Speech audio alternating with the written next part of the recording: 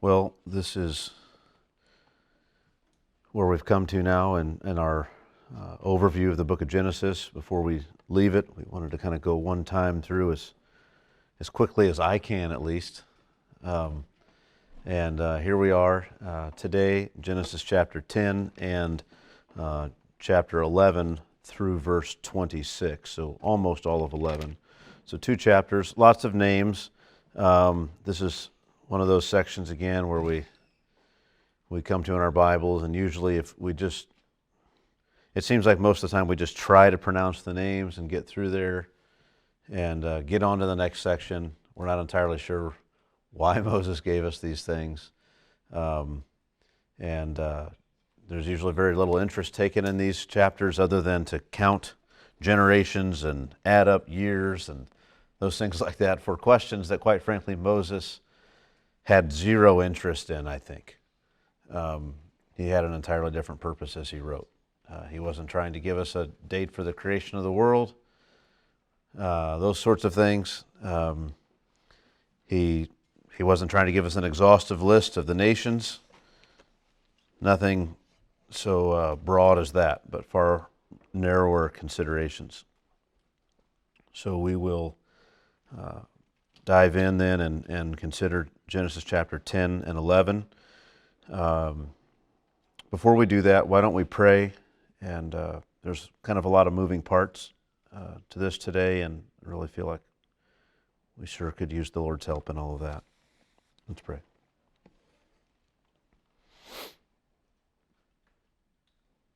Heavenly Father, we ask you to bring clarity and understanding to this portion here of your word. Help us to sit under it and to receive from you what you intend for us, that we would see how these things fit and contribute to this message of Genesis, this book that seeks to undergird our faith with these building blocks of a biblical worldview and an understanding of God and man, and all that we need to live before you.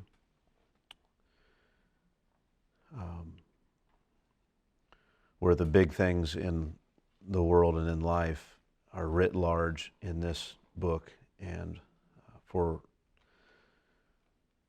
all of its attempts, this world tries to obscure these things, drive them from our minds, and so we ask for extra help today as we seek to fix our gaze again on the truths of your word.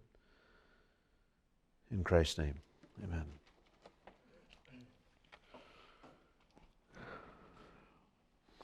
Genesis 10 is what is often called by many, you might even have it as a heading in your Bible. I don't in mine, but I've had it in previous Bibles, the Table of Nations. And that's fair, but it's kind of a misnomer as well. It's fair in the sense that basically what it does seem to be is a listing of these nations and how they kind of spread abroad and things. But it's a misnomer if you just think we're just taking the men that came off the ark and just talking about all their descendants and how they spread out through the world. Because there are massive parts of the globe that were populated that just aren't mentioned. And there are tiny little groups that the Israelites would have lots to do with when they go into Canaan that are mentioned. And so like in terms of like world population, it's not like 95% or 100% of the world population is described. And certainly not in terms of the share of the names that are used. It's not as if he uses, we've got 3 descendants from Noah, 3 sons, and from those 3 sons we have 1/3, of his names listed are given to this one, and then 1/3 to this one, and 1/3 to this one. And it's all about even in terms of population. No, we've got lots of names for this tiny segment of people that are live in what's called the land of Canaan. And there's all kinds of names that are listed there. And it's more like, imagine if you were, and this may well have been what had happened. Moses had access to some sorts of documents, or rather just maybe even just oral history of where these nations where these descendants settled and what happened that way.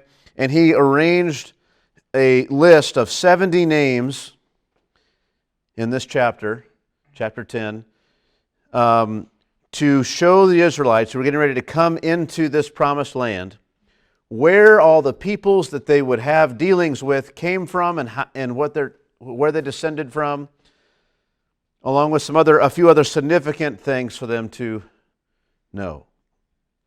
And that was kind of the extent of his purpose here. If you've, I didn't print one off, but if you could easily find access to one online, you might even have one in the back of your Bible. Sometimes they have a geographical, like a map showing where these people spread out geographically. You can kind of see all of that. But essentially, this is what we're looking at. And,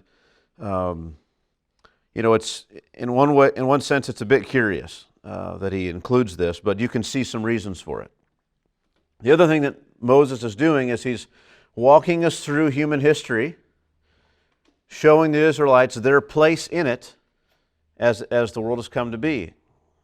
And this is part of the march of that time. But chapter 10, verse 1, says, "These are the generations of the sons of Noah, Shem, Ham, and Japheth. Sons were born to them after the flood."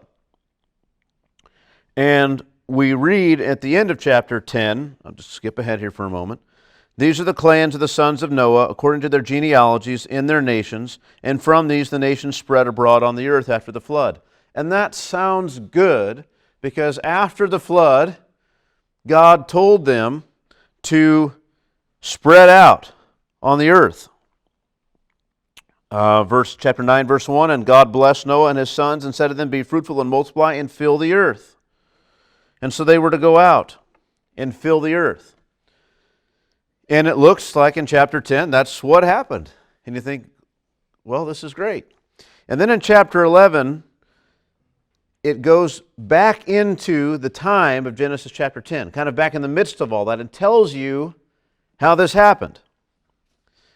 And we can know that in a couple ways, but one of the ways we know it is you look at chapter 10, verse 5. "From these the coastland peoples spread in their lands, each with his own language, by their clans in their nations." So they all had different languages. Genesis chapter 10, verse 20. "These are the sons of Ham by their clans, their languages, their lands, and their nations." So you have people spreading abroad by their family clans, but within their separate languages, into their lands, which they would, they were spreading out. They said, this is going to be our land, and their nations, which is peculiar. Nations. I mean, it was all just one family. And now we have nations. And if there's anything we know about nations, nations have borders, they have lands. Typically they have languages, their own languages, their own people. A lot of times their ethnicity is like separate and distinct. This is our group, you're that group, and we don't mix. And we've bound ourselves together in agreement that we will stay together against you people over there and against you people over there. And if we need to take something, we will, as a group, go take it from this group. And you have nations that form. This is so different than the events we have at the Tower of Babel, where we read, "Now the whole earth had one language and the same words, and as people migrated from the east, they found a plain in the land of Shinar and settled there." And of course, it was at Babel that the Lord confused the languages, right? So they couldn't speak anymore, and they all had the different languages. And it says they left off the building of that place, and they went and they scattered abroad. And so this is how that happened. And so, without diving into this yet, we will read all the text, but let's just to give an overview. We ought to have this idea that off of the ark, Noah makes the altar to God, makes the offerings. God accepts that, declares these covenant, talks about his bow, that he was going to set in the sky and no longer use it against men, with its arrows of the flood. And it would be a reminder to God that even though men might deserve this punishment, He would remember the bow that He had determined to set and not pick up again and use, and so He wouldn't attack the world in that way ever again. And then Noah sins and finds himself drunk and passed out drunk and naked. I don't know how drunk you have to be passed out drunk naked, but pretty drunk, right? Even Noah, still a sinner. You know, we could look at that and see the shame of that, and rightly so. It is shameful, and yet we can understand, I think, with some real sympathy at how a man like Noah, righteous as he was in that generation, after all the destruction he'd seen, after you imagine the trauma of coming off the ark and starting afresh, and it's just you, your wife, 3 kids and their wives, and the world is gone. It's just all, you know, I don't know what sorts of things he went through. Moses doesn't give us all that. Maybe Moses didn't know, but this account he did know. Noah was reduced to this in time. And we see Ham and the way he almost delights at the shame of his father and rejoices and wants to share it with his brothers. And there's some ambiguity in this account, certainly, about exactly what happened. But when his brothers, when Shem and Japheth heard of it, they didn't enter into this mocking of their father like their brother had done. Rather, in the most respectful, honorable way possible, they covered his shame. Didn't look upon it, didn't see it as a thing to be delighted in and retold and mocked. They honored him as though their faces were fallen, having seen their father reduced in such a way. And then are pronounced this curse and these blessings. And at the end of chapter 9, notice this, when Noah awoke from his wine and knew what his youngest son had done to him. So his youngest son was Ham. So they're never listed in birth order. Shem, Ham, and Japheth. His youngest was Ham. So they're not in order. He said, "Cursed be Canaan," which was Ham's son. We'll learn about. Well, it's mentioned several times already. That's to sort of set us up for thinking about Canaan in connection with Ham. Every time it's mentioned Ham so far, almost it's said, now Ham was the father of Canaan. You notice that in chapter 9, verse 18. Shem, Ham, and Japheth. Ham was the father of Canaan. And then in verse 22 again, and Ham, the father of Canaan. So here it says, he said, "Cursed be Canaan, a servant of servants he shall be to his brothers." Verse 26, he also said, "Blessed be the Lord, the God of Shem, and let Canaan be his servant. May God enlarge Japheth, and let him dwell in the tents of Shem, and let Canaan be his servant." Now, if you were to look at these 3 sons, I think we would walk away from this thinking 3 different things. Number 1, worst will be Ham's son Canaan. A servant of servants he shall be to his brothers. He's going to have the worst position. Something about this curse, if it sets upon him, will result in a bad lot. Being a servant of servants, he shall be to his brothers. Very low state. And that worked out at different times in history, certainly. And then the next thing you'd say is, probably the next one up would be Japheth, who Canaan would be his servant, but also he would get to dwell in the tents of Shem. He would dwell in the tents of his brother. And you might think, he's going to take over land from his brother or something. But I think it rather means he seeks shelter in the tents of his brother. But best would be Shem. "And blessed be the Lord, the God of Shem, and let Canaan be a servant." So we would leave this, I think if we've read this rightly, we leave this thinking that this promise that God had given, that he spoke in earshot of Adam when he cursed the serpent, there was going to be one who would come, and that they kept looking for, that Eve kept naming several of her sons, like maybe this is the one, that Noah's father, Lamech, had named him, Noah, thinking maybe this would be the one who'd provide us the rest from all of our toil and everything. Maybe this one would set things right. It seems like that hope would be tied to Shem, the descendants of Shem. Blessed be the Lord, the God of Shem. Let Canaan be his servant. And may God enlarge Japheth and let him dwell in the tents of Shem. Like the blessings are going to be found for others in connection with Shem. And so we're kind of set up for this. So then we ask, okay, well then what came from these sons? This is what happened. We get all the way to the flood and a little bit after, and this important event that happened where Noah was passed out drunk and Ham went and mocked his father. And what came of that? And so from that, in chapter 10, we first begin to talk. Moses begins to illustrate for the Israelites where these men's descendants went in terms of the world where they will occupy and know.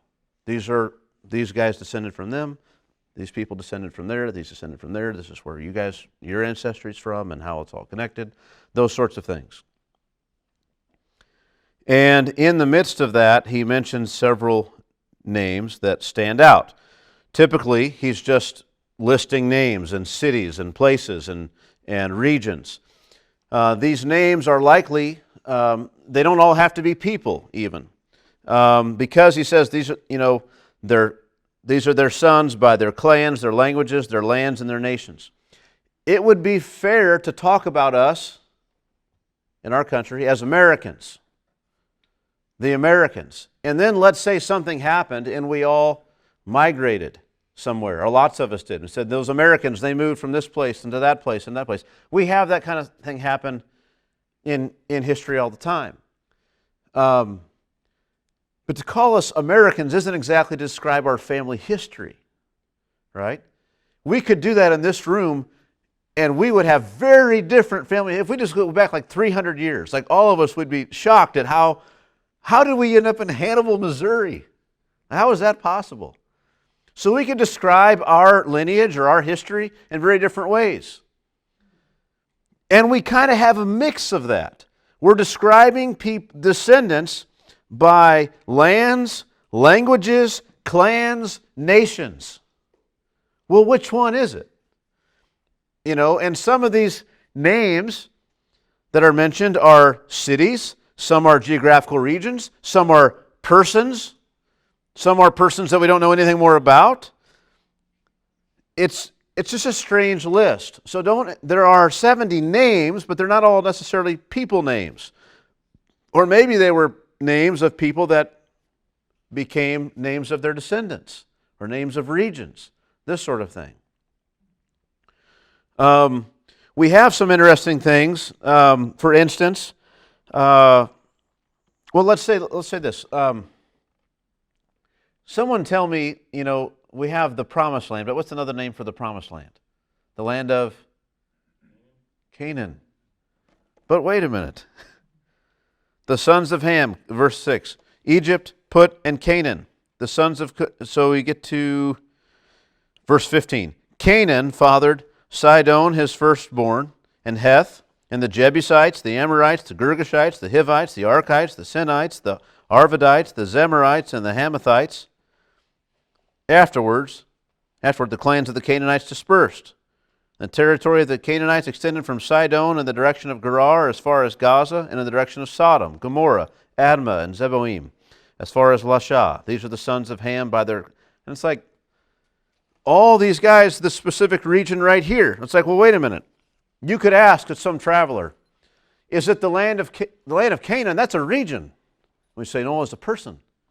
Well, which is it? Right? But then we also have this man Nimrod, verse 8. Cush fathered Nimrod. He was the first on the earth to be a mighty man. He was a mighty hunter before the Lord. Therefore it is said, like Nimrod, a mighty hunter before the Lord.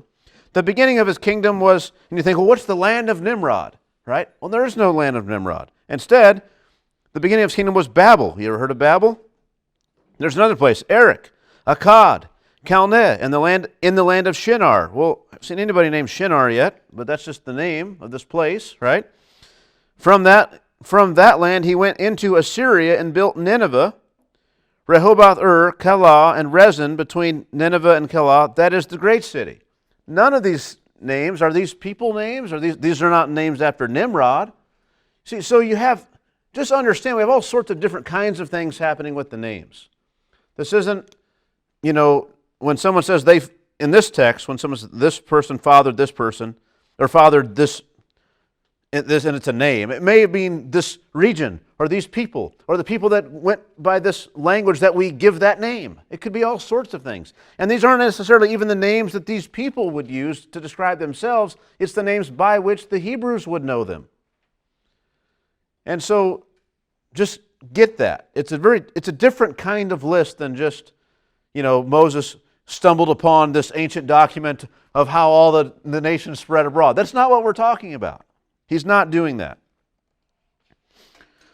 That's what we have in chapter 10.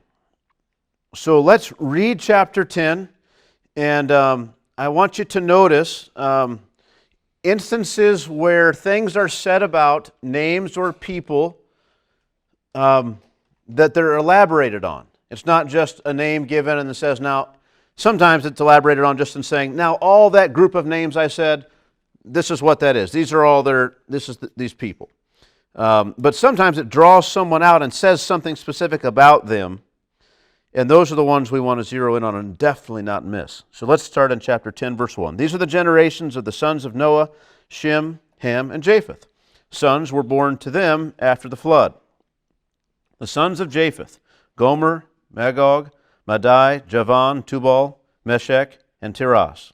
The sons of Gomer, Ashkenaz, Riphath, and Togarmah. The sons of Javan, Elisha, Tarshish, Kittim, and Dodanim. From these the coastland peoples spread in their lands, each with his own language, by their clans in their nations. The sons of Ham. So that whole section we just read, verses 2, 3, and 4, that's it for all the sons. That's one of the sons. You got 3 sons. One son just gets 3 verses. All of his descendants, we got 3 verses. But when it comes to Ham, now the people of Israel are going to have a lot to do with these people. A lot. And they had stuff to do with the sons of Japheth too, but not as detailed a way. The sons of Ham, Cush, Egypt, Put, and Canaan. The sons of Cush, Seba, Havilah, Sabta, Ramah, and Septeka. The sons of Ramah, Sheba, and Dedan. Cush fathered Nimrod. He was the first on earth to be a mighty man. He was a mighty hunter before the Lord. Therefore it is said, like Nimrod, a mighty hunter before the Lord. The beginning of his kingdom was Babel, Erech, Akkad, and Calneh, and the land of Shinar. From that land he went into Assyria, and built Nineveh, Rehoboth-ur, Calah, and Rezin, between Nineveh and Calah. That is the great city. Egypt fathered Ludim, Ananim, Lehabim, Nephtuhim, Pathrusim, Casluhim, from whom the Philistines came, and Caphtorim.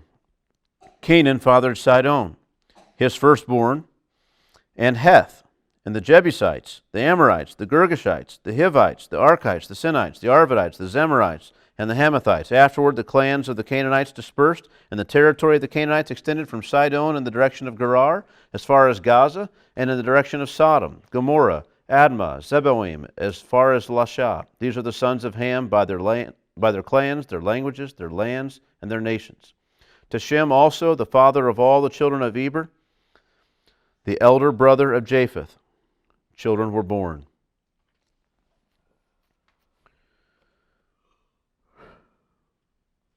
The sons of Shem, Elam, Ashur, Arpachshad, Lud, and Aram. The sons of Aram, Uz, Hul, Gether, and Mash. Arpachshad fathered Shelah, and Shelah fathered Eber. To Eber were born 2 sons. The name of the one was Peleg, for in his days the earth was divided, and his brother's name was Joktan. Joktan fathered Almodad, Shelef, Hazarmaveth, Jerah, Hadaram, Uzal, Diklah, Obal, Abimael, Sheba, Ophir, Havilah, and Jobab. All these were the sons of Joktan. The territory in which they lived extended from Meshah in the direction of Sephar to the hill country of the east. These are the sons of Shem, by their clans, their languages, their lands, and their nations. These are the clans of the sons of Noah, according to their genealogies in their nations. And from these the nations spread abroad on the earth after the flood. Okay.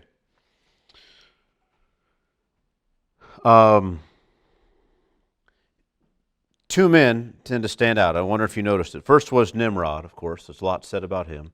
And the other I think, is Peleg. Not a whole lot is said, but it says, verse 25, to Eber was born 2 sons. The name of the one was Peleg, for in his days the earth was divided, and his brother's name was Joktan. These 2 men that stand out.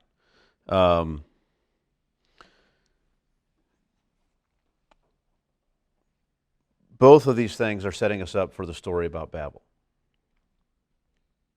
Both things have to do with Babel and what happened there. And there's a connection between Nimrod and Babel. First of all, the beginning of his kingdom was Babel. We're getting ready to read about a tower at Babel. And secondly, it says again, it says this building he was doing. The beginning of his kingdom was Babel, Erech, Akkad, and Calneh in the land of Shinar, which is where this Tower of Babel was. And so it's the same Babel, it's the same plain. And so we're to understand that the people didn't come off the ark and Shem, Ham, and Japheth just run over to Shinar and start building. But there were several generations in the meantime, right? You've got the sons of, so you got Ham has Cush, Egypt, Put, and Canaan. But the sons of Cush, Cush's father's Nimrod. So that's at least the grandson, maybe further down the line, but at least the grandson of Ham. 3rd generation at the earliest that we find this man Nimrod. And these men would have been rather old because there seems to be lots of people. They're all populating and having children, and their children are having children, and so this has gone on. Now, Noah himself lives for 350 years after the flood, right? And we're not told about other sons and daughters that he had at this time, but I imagine he did. And there's only 4 couples with which to populate the earth. It seems like they would have some children, but nonetheless, this is what we have and what's recorded for us. So these men are here, and their descendants, and all these things are going on. You get to, after a period of time, they come to Shinar. And let's just pick up in chapter 11, verse 1. Now the whole earth had one language and the same words. So a lot of what we just read hasn't happened yet, but it's in process. It's beginning. And so in the middle of that process, we come to this position where the whole earth still had one language and the same words. And as people were migrating from the east, they found a plain in the land of Shinar, and they settled there. And that's a bit curious because the intention was from the ark to spread out over the earth, and they all kind of stayed together and stopped here. Why would they stop there? And they said to one another, "Come, let us make bricks and burn them thoroughly." And they had a brick for stone and bitumen for mortar. Then they said, "Come, let us build ourselves a city and a tower with its top in the heavens, and let us make a name for ourselves, lest we be dispersed over the face of the whole earth." Right? So look, we know we can make bricks. Like we can't make this stone tower in this place. There's not all these stones, but we know how to make bricks, and if we soak them in this bitumen, they will be like waterproof, and if we bake them, rock hard bricks to use, and we can make whatever we want to make. And what did they decide to make? Well, let's make it. It's curious. What would you make? If you knew how to do these things and you had a bunch of people to make things for you, what would you make? Maybe, houses. Like lots of things you would make. But they don't choose to make a house. They choose to make, let's build ourselves a city, which certainly would include houses, right? But let us build a city with a tower with its top in the heavens, and let us make a name for ourselves, lest we would be dispersed over the face of the Lord. Let's stay together and not obey God, not fill the earth. We want to be here. This is a good place and a place for us. And this whole thing about a tower with its top in the heavens, you'd have to know something about, the religion of the time. And the idea is literally the word for, in their language, Babel, means the gate of God. And it's as though, like, God's going to deal with us in the way we want, where we want, on our terms. We're going to build a tower with its top in the heavens, and there we will go and deal with God. And we will not be scattered around. We'll build a name for ourselves. It's quite a thing, quite an affront to God. So far in human history, nothing like that had ever happened. Ever. It's the highest form of rebellion they've ever attempted. I mean, it's as defiant as Adam saying, I don't care if God said no about that fruit, I'm going to eat it. But it's not just Adam having that, it's all this effort to go into all the planning and the strategy and the thinking and the agreement and the mutual shared interest and desire to rebel against God. Now, let's go back a bit. Verse 8, chapter 10. Cush fathered Nimrod. He was the first on the earth to be a mighty man. When's the last time we heard about these mighty men? Anybody remember? Genesis 6. And all the rebellion that was happening there. And it's a little bit confusing, and there's some differences about exactly what that rebellion was. But from the context of that wickedness, you wouldn't necessarily call it rebellion. It was all sin is rebellion, but it was from the context of that extreme wickedness and corruption, there were, in that context, these great mighty men who existed then and afterwards. And I think the and afterwards is the first one, the first man to be like that after the flood was Nimrod, the great-grandson of Noah. Nimrod was this man.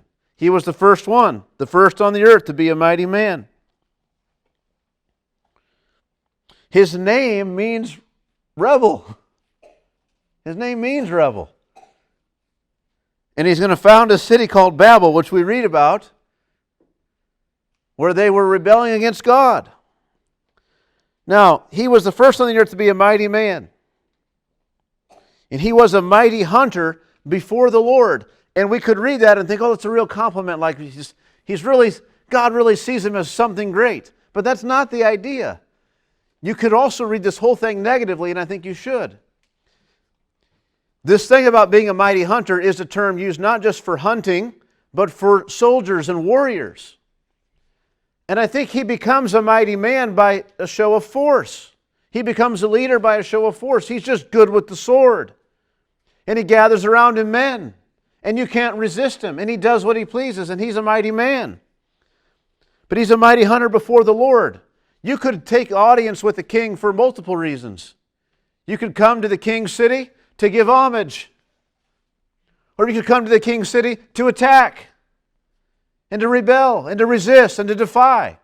Now, which one does Babel seem like to you? Right? So Nimrod, this mighty hunter before the Lord, he's not telling us about Nimrod in glowing terms, but in negative terms. The beginning of his kingdom was Babel. Okay, verse 9. He was a mighty hunter before the Lord, therefore it is said, like Nimrod, a mighty hunter before the Lord. And when I taught on this, I tried to explain to you that if you just read about Nimrod right here, and you don't associate him with the Tower of Babel, you miss the irony of the saying. You would just say, like Nimrod, a mighty hunter before the Lord, and you don't know what to make of it. Like he's just I guess people just said that Nimrod was a great mighty hunter before God, and you don't even know what this means. But if his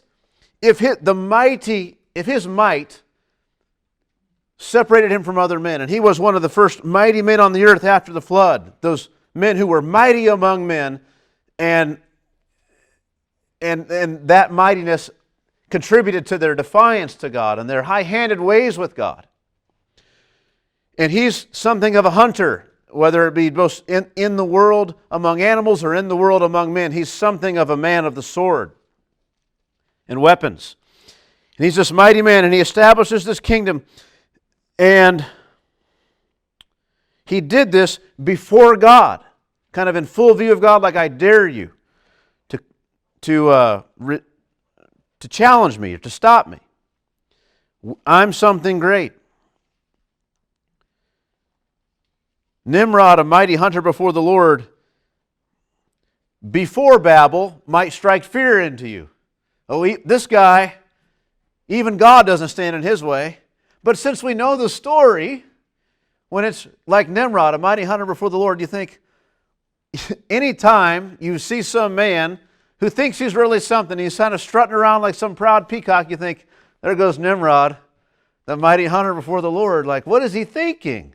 He's just inviting judgment. And it can become this saying. It is said, like Nimrod, a mighty hunter before the Lord.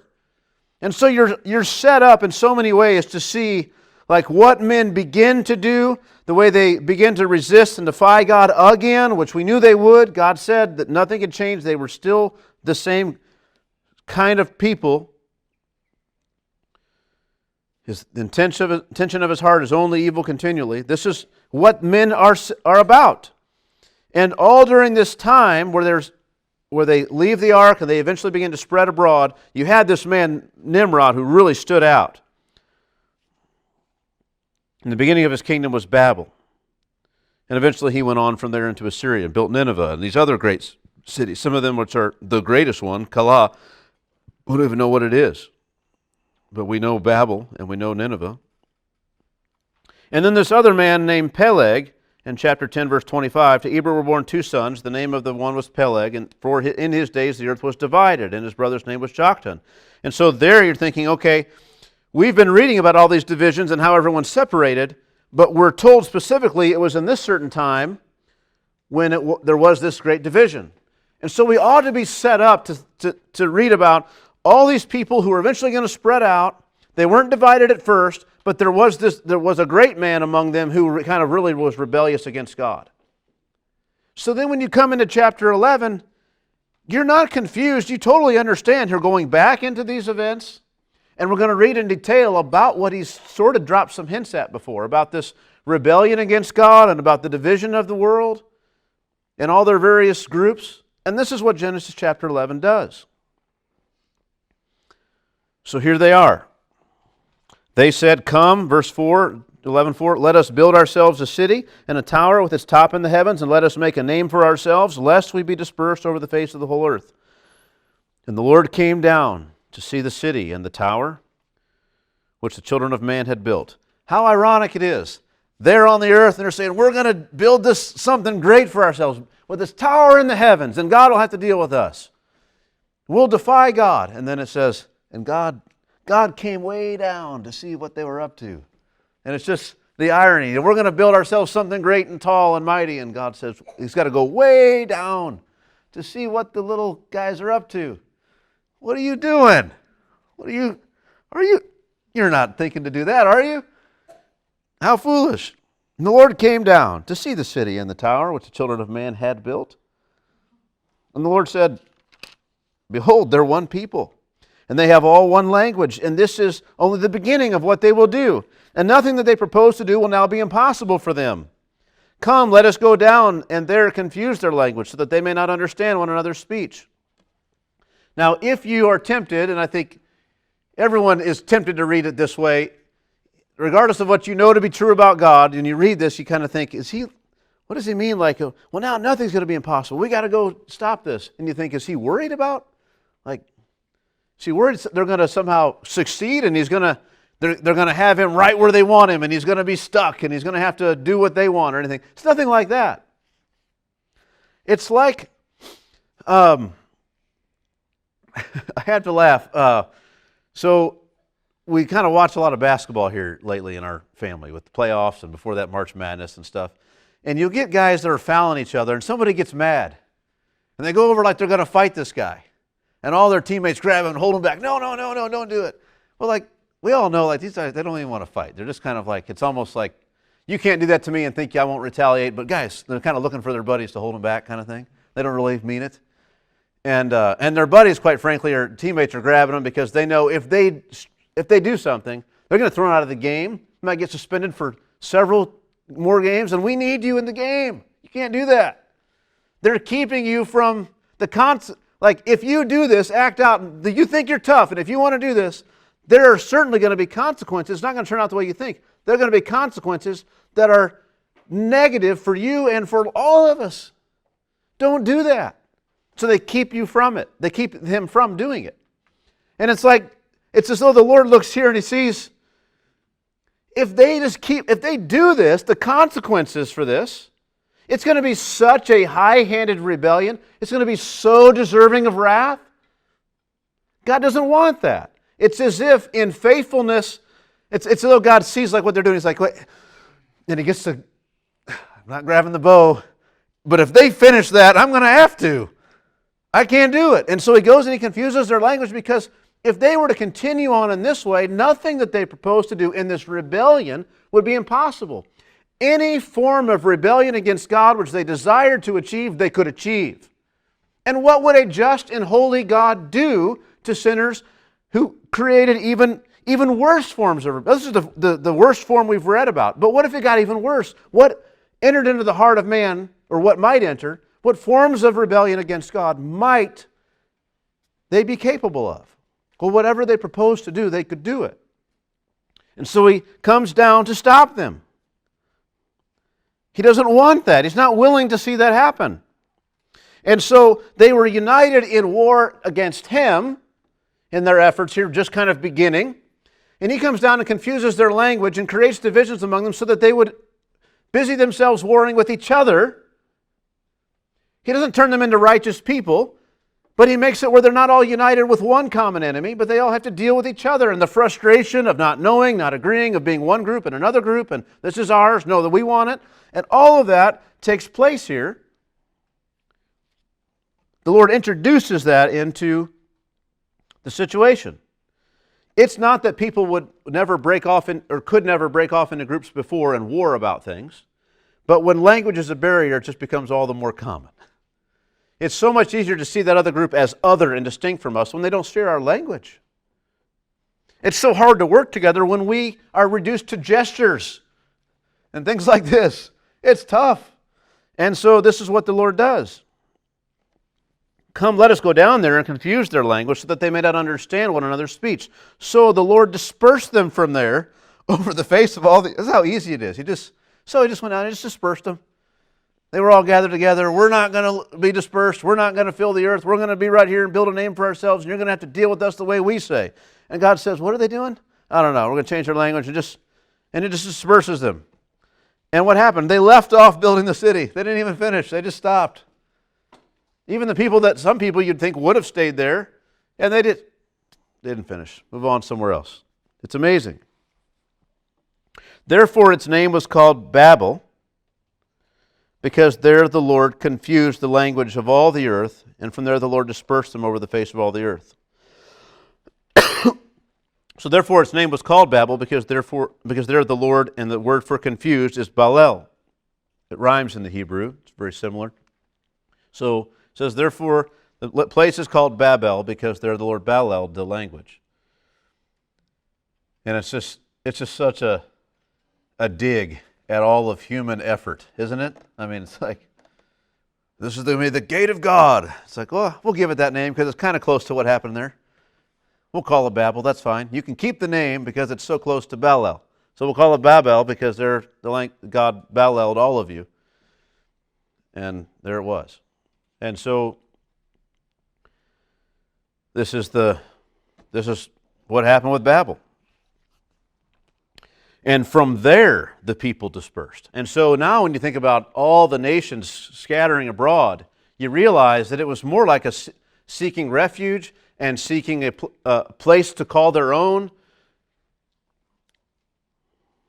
breaking off, just maybe being cut off from dear friends because the language was so different. You know, I mean, how many people in the world speak your language at the Tower of Babel? Is it 1,000? Is it 100? Is it 10? Is it 2? Are you the only one with your language and you're going to have to learn a new one? Pick one and go with them? I mean, I don't know. It was scattered. The languages were confused. The people, the humanity scattered.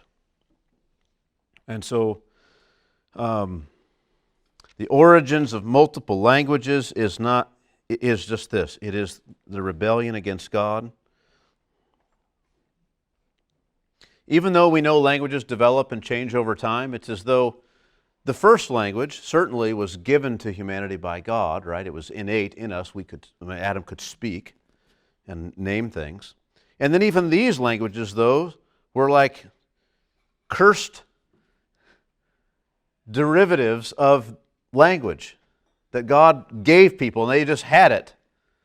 And some of us who tried to learn other languages might say, yes, I can say which certain ones which were cursed. This is a cursed language or whatever, right? So that may be. We may feel that way. But the difficulty in communicating and the difficulty of learning other languages and being able to communicate through that barrier is designed by God to tamp down the united rebellion of humanity against God for their own good. It's not to stop them from sinning, it's to stop them from a certain form of sinning, which would invite His certain and sure judgment. And so far, by golly, it's staved it off. But so, it's interesting, when we look around, when modern people, and it's not just modern people, but when people tend to look around the world, they think, can't we all just get along idea? It's like all this infighting among humanity is a real problem. If we could just put our arms down, our weapons down, that is, and see one another for who we are and just get along, then the world would be great. We would have no more problems because man wouldn't be sinning against man anymore. Well, we certainly know from our history in Genesis already, men would be sinning against men whether they had one language or not. This is just an extra barrier. That doesn't really play a role. But let's suppose we could unite all of the world together. But let's take a biblical worldview on this. We're not talking about uniting just people, neutral people. Suppose you could gather up all the haters of God together into one place and unite them. What unites them? Well, nothing like their hatred for God. And what they would do is just it's in their heart to do. They would defy Him, just like what happened here. The problem with the world is not that people aren't united. The problem is that they all hate God. And if they were to all be united in that hatred, we get something like the Tower of Babel. If they're divided in their hatred, we get something like war. It's just how it works. The problem is man. It's not this misunderstanding man has with one another. This is designed, it's a blessing. We think about sharing the gospel to the world, and we think of these languages as barriers to that, and it is. It requires so much hard work to get the gospel in the language of this people or that people. That's hard work. And in that sense, we could think these languages are just a negative thing only, but they're not. It's a blessing. The difficulty of communicating between languages is a blessing. It has kept us from a certain form of the judgment of God. It sort of marks out the faithfulness of God to make sure He doesn't have to go grab the bow again. It's remarkable. Okay, now, let's give some parallels here to pre-flood history. Post-flood history and pre-flood history. So what I want to do is kind of parallel Genesis 3, 4, 5, 6, 7, 8, 9 with Genesis 10 and 11. Okay? And I'm not going to, it's not going to be a verse-by-verse comparison, but we're going to just try to mark out some things that are similar so that you understand, I think, what Moses is trying to do. And I think it will also, for you, neatly arrange in your mind kind of all of these chapters. We have Adam sins in eating. He eats something, he sins in what he eats and brings a curse upon the earth. Noah sins in drinking, is sinned against by his son, and pronounces a curse. We have a sin with regard to what they consume and followed up by a curse. Cain murders his brother and is punished with banishment and wandering the earth. Here in Genesis 10 and 11, we have a disobedient people which are commanded by God to fill the earth and spread abroad. So Cain murdered his brother, was cursed and said, you have to go wander, you're banished and you have to go wander the earth. Here you have people who were commanded by God to go and fill the earth and spread abroad. Cain refuses his punishment and settles a city. Here the people refuse to spread abroad and determine to stay together in their defiance before God. Cain names a city, the city he founds, after his son, a name for himself. The people at Babel seek to move the powers of heavens themselves rather than seek anything from God and to establish a name for themselves.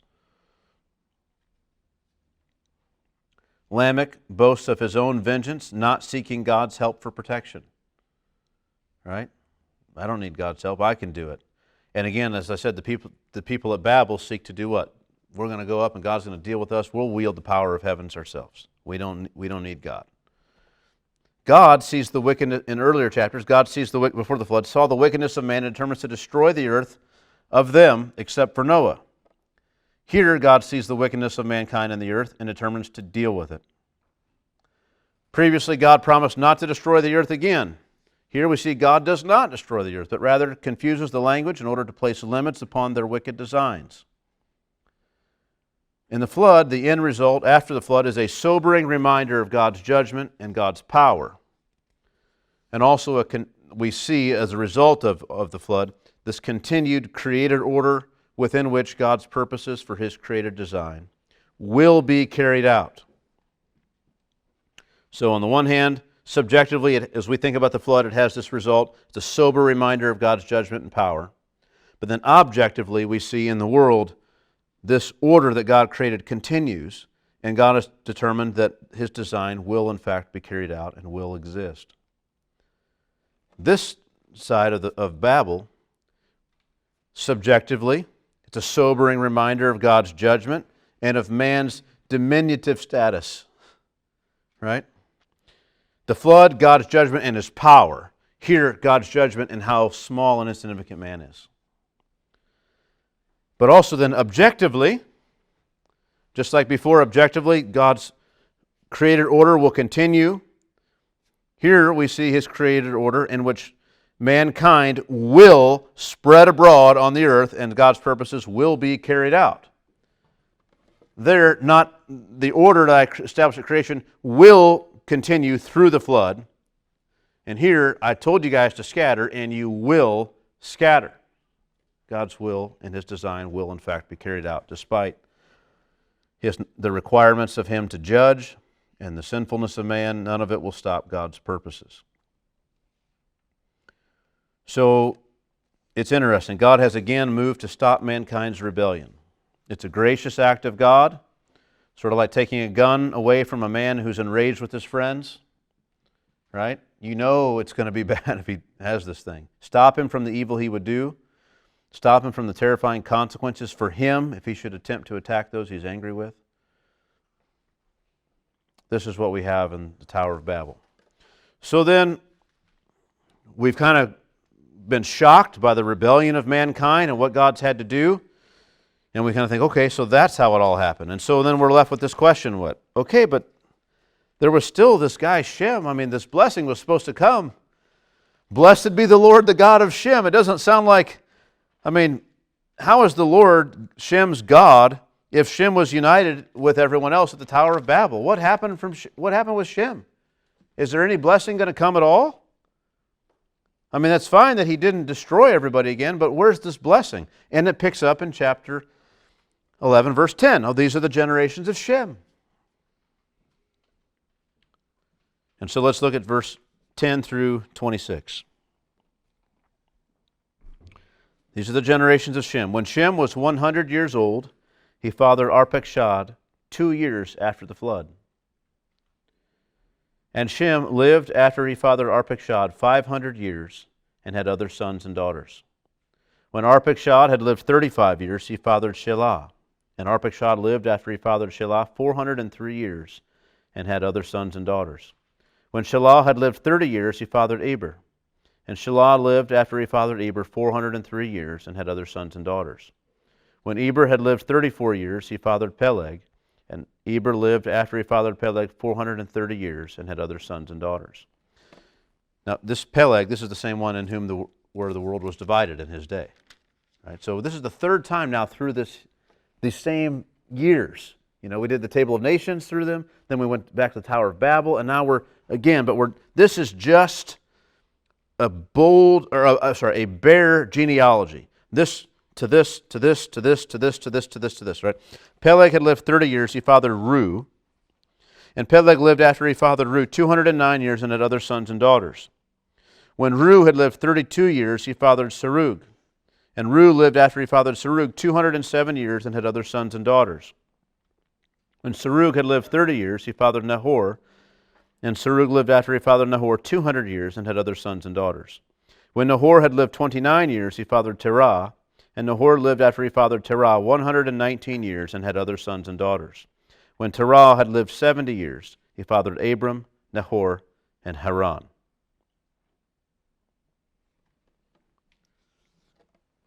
All right.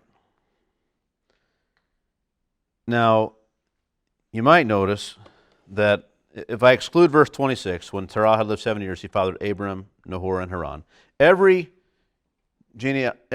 name here is just only one son is mentioned. It may say he fathered other sons and daughters, and that's fine, but it only mentions one, the prominent one that we're following. It's not trying to tell you all the descendants of Shem, right? It's not doing that. It does mention a lot of the names that is already mentioned in chapter 10. So we know these were significant men in the genealogy. It tells you, look, the person lived, they were this old when they had a child, then they lived this many years afterwards.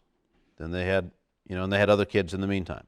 They were this old when they fathered this particular person, and then they lived this many years afterwards. And so it gives us these names. It never totals up the names, or the years. It doesn't say, they lived 35 and then 403. Then it doesn't tell us, and thus all the years of their life was 438 years, like he's done at other times. It's sort of a fast-moving genealogy. I mean, it gives us years, it gives us some things, but this person, they lived this many years, they gave birth to this person, then they lived this many years afterwards, and they had other kids, and then that person that I had mentioned, they lived this long, they had a kid, this many years afterwards, they had other kids, and we're not going to mention them, go to the next person. It just goes right on down, and it gets down to Terah, and then Terah changes. Terah had lived 7 years, he fathered, and it mentions 3, not just 1. That's parallel to what happened in Genesis chapter 5 in that genealogy, where even though there were some other things that were different, you had a list of names, this person to this person to this person to this person, and then it gets to the 10th name and it says, that person fathered, and it lists 3 names. This one, depends on what version of the Old Testament you're reading, 10 names and then the 3 sons. Now, I say depends on what version you're reading, because because there are actually only 9 names here, and then the next generation is given 3 names. Abram is the 10th name, but that generation has 3 names. But if you were to go and look in the whole Bible, you would see that Luke chapter 3 goes over these same names, and he inserts someone else. There's another Canaan. Not Cain, but Canaan. And if you were to follow his list of names, you would have 10 names and then the 3. And it would be exactly parallel. And so there's all these disputes based on, these lists that we find in some of the manuscripts as to what really belongs. And you think, well, what does that matter? Well, if Moses has included in chapter 5 a genealogical list of 10 names that ends with, and that last 10th generation has 3 names, and then here includes another list of 10 names with the last generation ending in 3 sons. They're so similar, the same structure. It just seems like this is a formula or something similar to what Luke does when he says 14 generations, or maybe is it Matthew? Which one of those does the 14? Matthew, yeah. 14 generations, 14 generations, 14 generations, you think. Because we know he's just picking and choosing for those 14 generations. So the question is something like that happening here? It's hard to say in this case because we have, it sure looks like these men were actual father. He lived this many years, fathered this guy, and then I lived this many more years, and other kids. And then that guy lived this many years. So I'm not saying you have to embrace this idea that there are big gaps in here or anything, but we do know that at least one of the people that's mentioned as being a direct father-son relationship, Luke says, no, there's somebody in there that's missing. So at least we have to say we can't insist that every single one is exactly that way. And I'm not one of these guys. There are some people who say, well, since there might be some gaps, this might be a period of 1,000 or 2,000 years or whatever. Or 1,000 years. We're going to say maybe it could be 102,000 years. There's gaps there, potentially we have no idea. It's like, no. Like we know at least several of these, we know from the rest of the record that several of these generations are exactly father, son. We know that. So you only have so many gaps you could even potentially have. And so we don't want to go overboard. I just want to say that Moses' highest priority here might not be saying father, son, father, son, father, son, father, son. His interest might rather be, or might have a competing interest, to have a 10-3, and you've got maybe 12 or 13 or 14 or 15 or 20, or maybe just 10 generations or 11 generations or whatever, and he says, well, I'm going to pick these out, and that's what I'm going to use. It's fine. Those are conventions. Whether he's doing it here or not, those are conventions that existed at the time he wrote and were widely accepted and embraced. And so just, that's there. Okay. But what's his purpose here? I think the reason to give this genealogy, of course, again, one is to go back and revisit Shem again. But he has not, in his table of nations, in chapter 10, made it so far as Terah. He wants to bring it down to Abram's generation, where Terah was his father. He wants to get down to theirs. That's one reason to revisit it, to get down to that. But also, he's breaking off in a new direction. Almost any time Moses breaks off in a new direction in his book, he does it with, these are the generations of. And so he's starting again, and where would you start? Well, the last place that you had anything of significance, positive, was this blessing spoken upon Shem. So let's start with Shem, and let's get us to the next change in things that happen. The next development is Abram. And so and he uses 10 names and then ends with 3 brothers, and this is where we end up. But it doesn't tell you anything about anyone, basically, in between there, just some of these years. It doesn't tell you anything like we had about Nimrod or some of these other people where you break off on a certain name and say something significant about them. It's as though nothing's... You keep looking as you read through these names and think, well, maybe this guy, something was different with this guy, or something was different with this guy. Because the whole world's in this rebellion, and I keep looking for a descendant of Shem to be different. And there isn't anyone. There's nothing significant to say except they had a kid, they had other kids, and then that's it. Things were just progressing like this. Nothing was different. It's not like Shem was this godly line. It's not like Abram could thank his father for the godly heritage he had growing up with Terah. Terah had lived 7 years. He fathered Abram, Nahor, and Haran. And that's it. And you think, okay, so what becomes of, you stopped there. Well, what became of that then? I'm still waiting for something to happen. Where's the blessing coming? And then you get in chapter 11, 27. These are the generations of Terah. Terah fathered Abram, Nahor, and Haran. And Haran fathered Lot. And he gives us some background information there. But you get to this place where you have in Genesis chapter 12, verse 1 and 2, the Lord said to Abram, go from your country and your kindred and your father's house to the land that I will show you, and I will make of you a great nation, and I will bless you and make your name great, so that you will be a blessing. I will bless those who bless you, and him who dishonors you I will curse, and in you all the families of the earth shall be blessed. And you think, now we've got something. Now God has finally said, in you. And so we've moved on here. But so all Genesis 10 and 11 is meant to show us how similar human history was before the flood and after the flood. Man hasn't changed. In a way, we kind of got worse. God had to come in and add some things in, pour some things into human experience, namely confused languages, so that we wouldn't deserve an even worse judgment. And God did that in faithfulness to His previous promises. And so you kind of have these parallel accounts in some ways of all that happened before the flood and then all that's happened after at the Tower of Babel and the spreading abroad of humanity. And we're just kind of existing like that. Humanity is just going on, perpetuating. They're growing, they're increasing, they're filling the earth, but no blessing has come. Nothing's happened.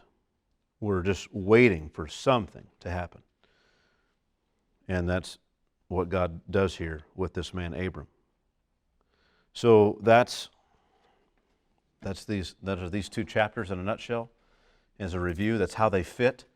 And so I hope you can see how while the chapters themselves, they have some significant things, events and things, we read them and kind of think they're a little bit boring, but when you see them in the context of what Moses is doing in the book, they're really significant, and it's really helpful to have these accounts so we're set up to see how remarkable it is what God does with Abram. And we're eager to see this develop. Okay, any questions or comments?